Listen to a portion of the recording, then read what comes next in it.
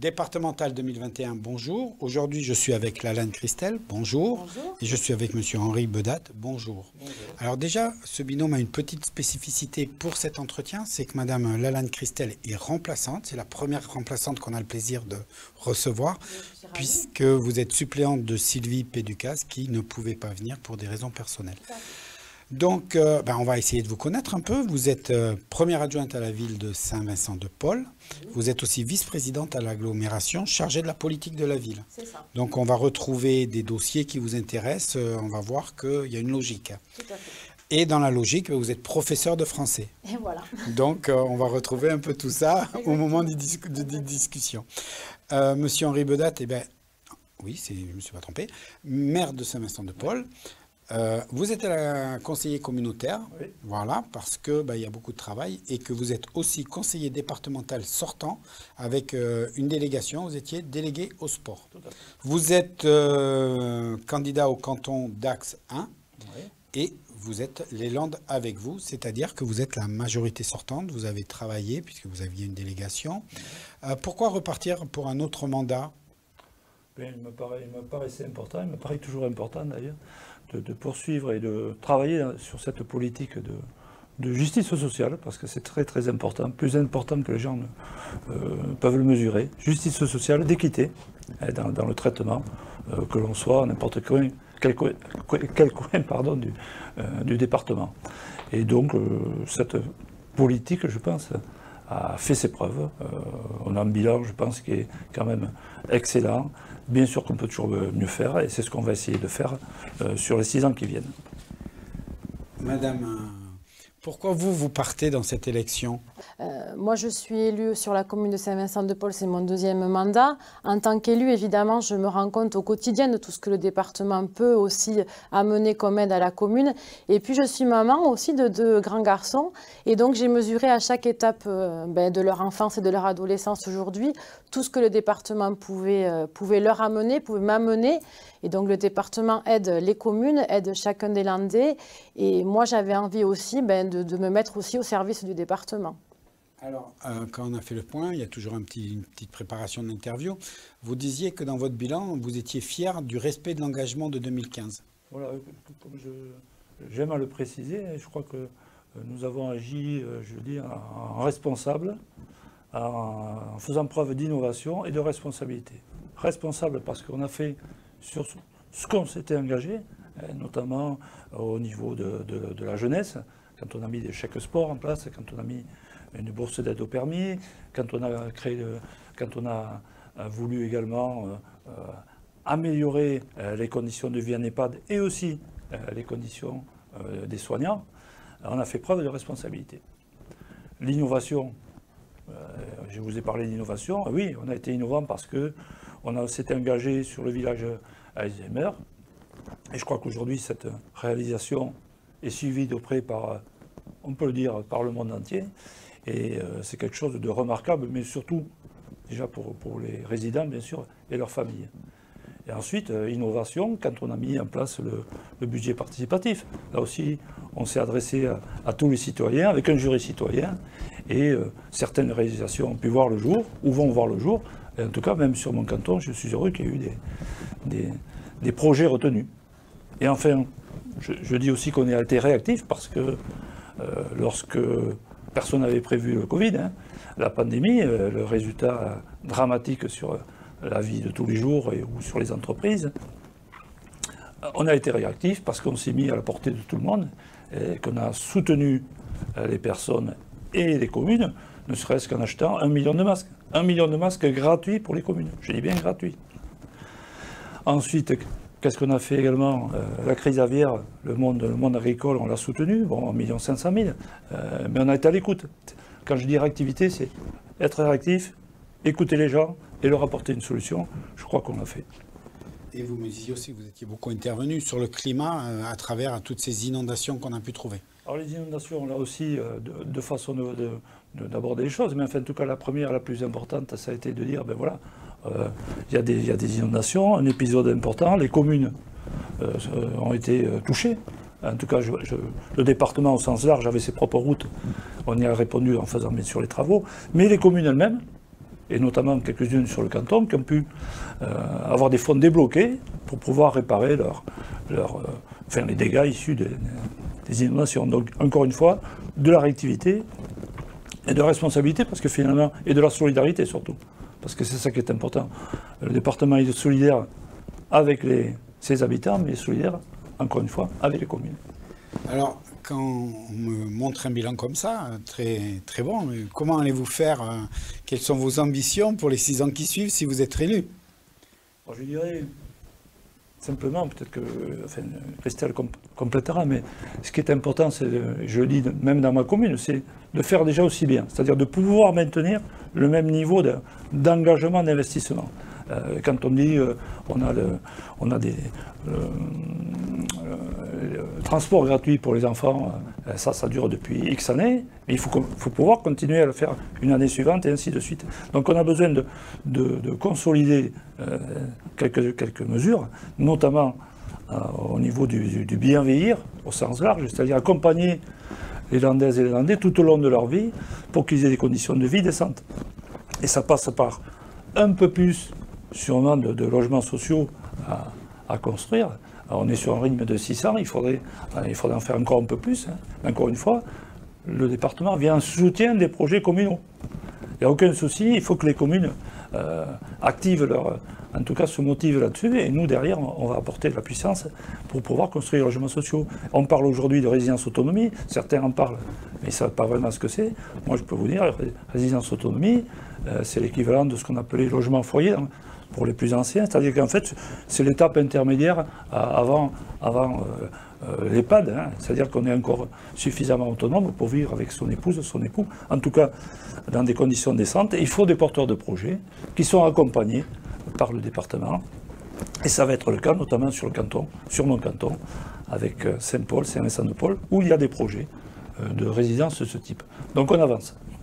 Oui, donc pour compléter ce qu'a dit Henri, juste sur les résidences autonomie, c'est vrai qu'il y a 6 ans, quand il a été élu, la situation était à un point. Aujourd'hui, elle est différente, on a connu la crise, et c'est vrai qu'il faut répondre peut-être autrement, parce qu'on a vu que dans les EHPAD, bon voilà, il y avait des limites qui étaient atteintes. Il faut continuer à travailler sur les EHPAD et à améliorer aussi ses conditions de vie, mais il faut être, je crois, en mesure de prendre en compte cette nouvelle demande pour mieux vieillir et bien vieillir à nouveau dans les Landes. Vous me disiez, il faut qu'on ait un regard un peu différent, il faut qu'on ait un autre regard. Oui, il faut s'intéresser vraiment à la vieillesse. On a vu toutes ces personnes âgées, enfin tout le monde l'a vu lors du confinement à la télévision, qui étaient toutes seules. On a vu ce qui s'est passé, cet épisode dramatique, mais je crois qu'aujourd'hui, l'EHPAD tel qu'il existe doit être amélioré, doit être repensé. Et je crois que ces résidences autonomie sont une vraie réponse, en tout cas, à ce qu'attendent les gens, c'est-à-dire de la compagnie, être peut-être plus sécurisé. On a vraiment besoin aujourd'hui de se sentir moins seul, je crois. Alors, cette pandémie, justement, a montré a révélé plusieurs problématiques. Dans cette crise-là aussi, au niveau des EHPAD ou des accompagnants, on a découvert les aidants aussi. Oui. Ces gens dont on ne parlait pas beaucoup. Et là, vous pensez qu'il faut y avoir une vraie action un peu différente et plus valoriser ce travail? Oui, alors... Vas-y. Alors les aidants, évidemment, il y a tout le personnel qui vient à domicile pour aider, mais il y a aussi les familles qui sont auprès des gens plus âgés. Alors moi, je vais parler personnellement, puisque j'ai mon grand-père qui vit chez mes parents et qui a 92 ans. Et mes parents sont donc des aidants, et c'est vrai que parfois, ils ont besoin aussi de souffler. Et donc, mon grand-père bénéficie parfois, il peut être accueilli dans une structure, un EHPAD, une maison voilà, de repos, où il reste une semaine, 2 semaines, pour permettre aussi à mes parents de souffler. Donc c'est très important de penser aux aidants. C'est pas toujours facile d'avoir quelqu'un d'âgé à la maison, mais ça lui permet à lui de rester dans son environnement sécurisant et sécurisé pour lui. Et pour compléter, ces accueils temporaires, les personnes bénéficient aussi de l'APA. C'est-à-dire que le prix de revient pour la personne, et en tout cas pour la famille, s'en trouve réduit.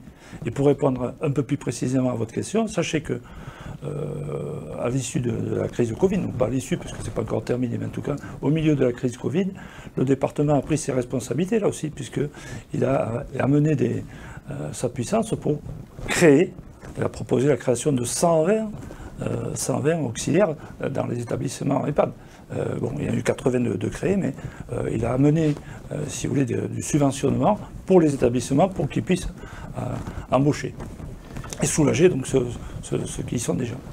Alors, toujours dans les compétences du département sur lesquelles vous êtes beaucoup intervenu, c'est sur la solidarité aussi. Dans la solidarité, il y a l'habitat au sens large du terme qui est important pour vous à vos yeux. Oui, j'ai déjà un peu dévoilé quelques pistes, mais l'habitat aujourd'hui, on le sait. Aujourd'hui, je ne vous cache pas, il y a 8000 demandes en attente de logement. Les trois quarts des habitants néerlandaises et néerlandais ont droit aux logements sociaux. L'opérateur départemental, XL Habitat, fait ce qu'il peut, mais c'est-à-dire, ça veut dire qu'il construit, il rénove, parce qu'il faut rénover aussi, et construit. Et aujourd'hui, le rythme de construction, malgré aussi l'aide d'opérateurs extérieurs, n'est pas suffisant, on s'en rend compte, n'est pas suffisant pour endiguer cette demande.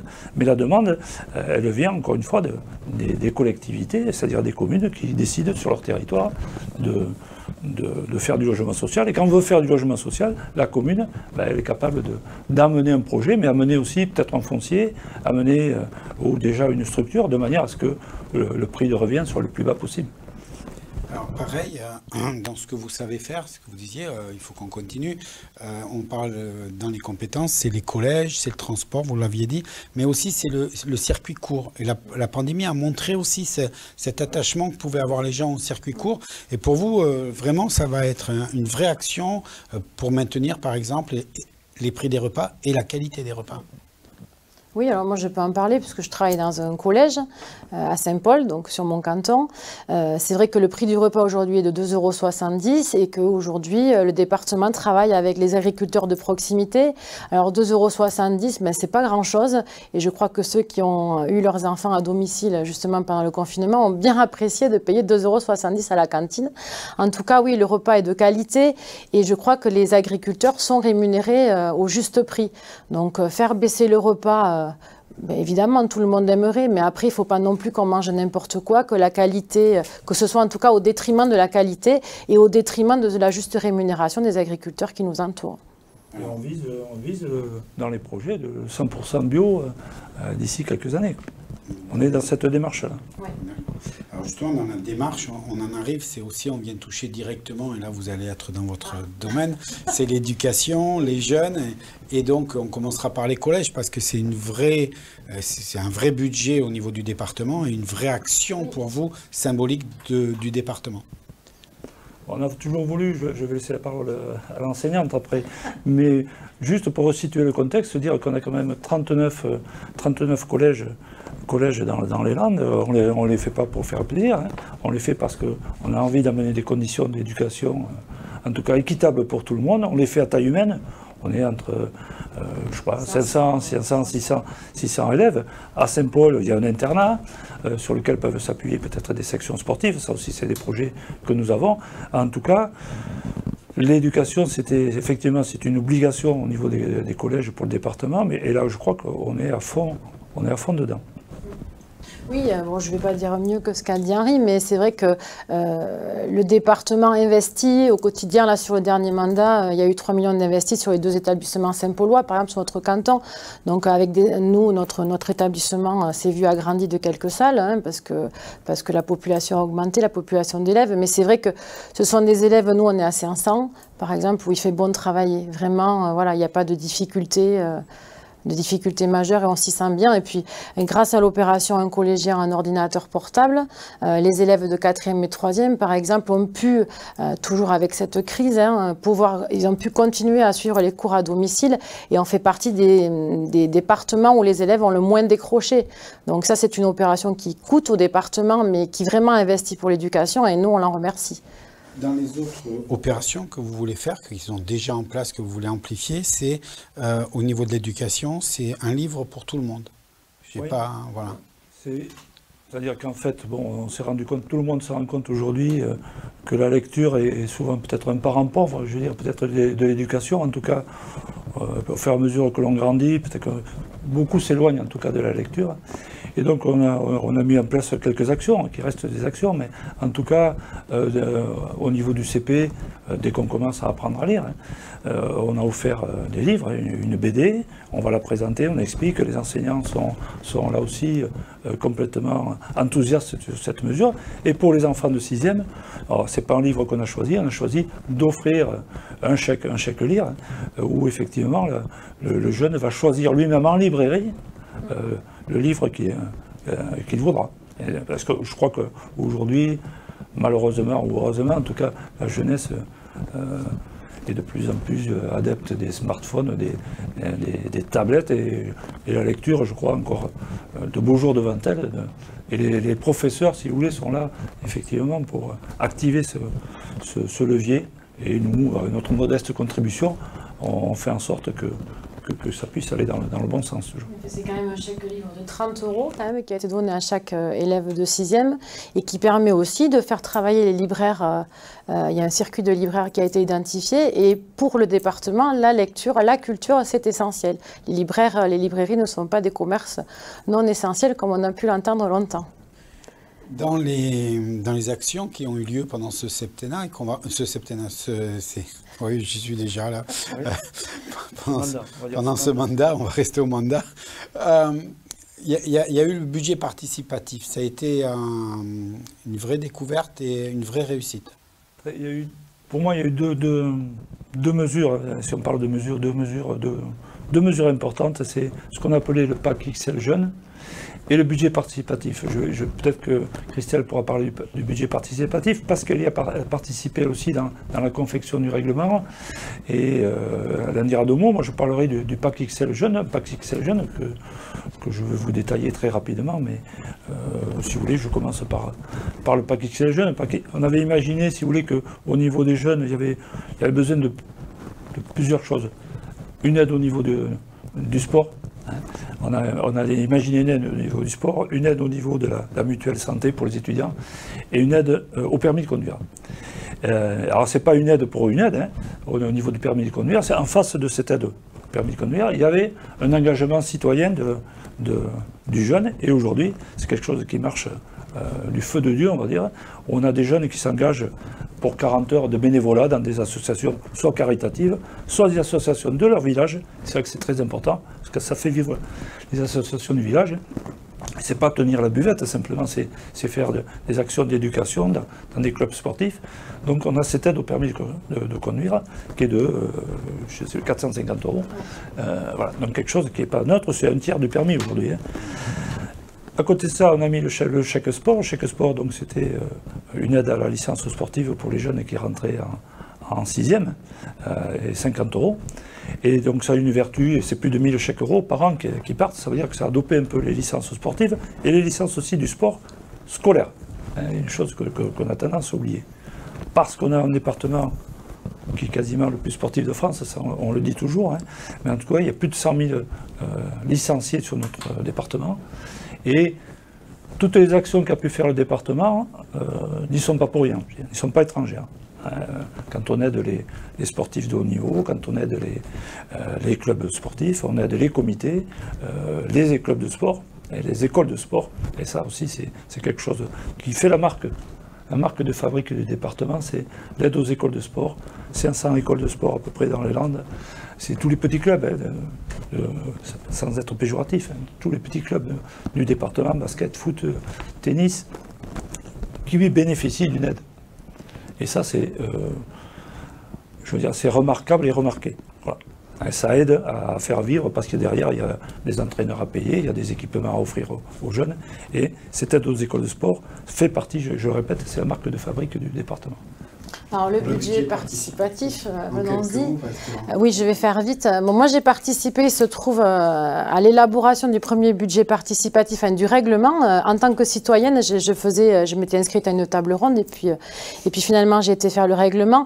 Et c'est vrai que, bon, nous, sur notre canton, on a un beau projet qui a été choisi, qui est le café associatif d'Hermes. Et donc là, le règlement a été revu pour laisser justement, et c'est aussi mon fonds de commerce, puisque vous l'avez dit tout à l'heure, je suis enseignante, c'est aussi pour laisser plus de place aux projets jeunes, parce que c'était important, ils en avaient beaucoup, mais c'est vrai que voter, bon, souvent ce sont les villages qui se sont mobilisés pour voter pour un projet de leur commune, alors que parfois il y a des projets jeunes qui valent aussi le coup. Donc cette fois, le département a laissé plus de place, plus d'enveloppe pour les projets jeunes. Alors, on arrive à la fin, on va parler du dernier sujet très rapidement que l'on peut, c'est le sport, puisque vous êtes délégué au sport. Je dirais, il y a le sport en général, et puis il y a Paris 2024, en quelques mots. Tout à fait.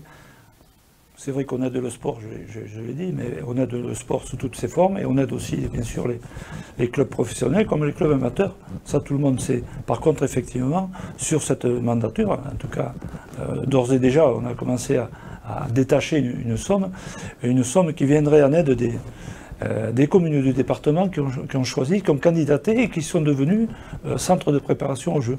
C'est-à-dire que sur Souston, sur Cabreton, sur Dax, on a des villes qui ont été candidates pour accueillir des délégations. Alors là, pour le moment, ce sont des délégations françaises, mais plus tard, ce sera peut-être des délégations étrangères qui vont venir se préparer aux Jeux Olympiques. Donc on a 4 ans, pendant ces 4 années avant Paris, bien sûr, 2024.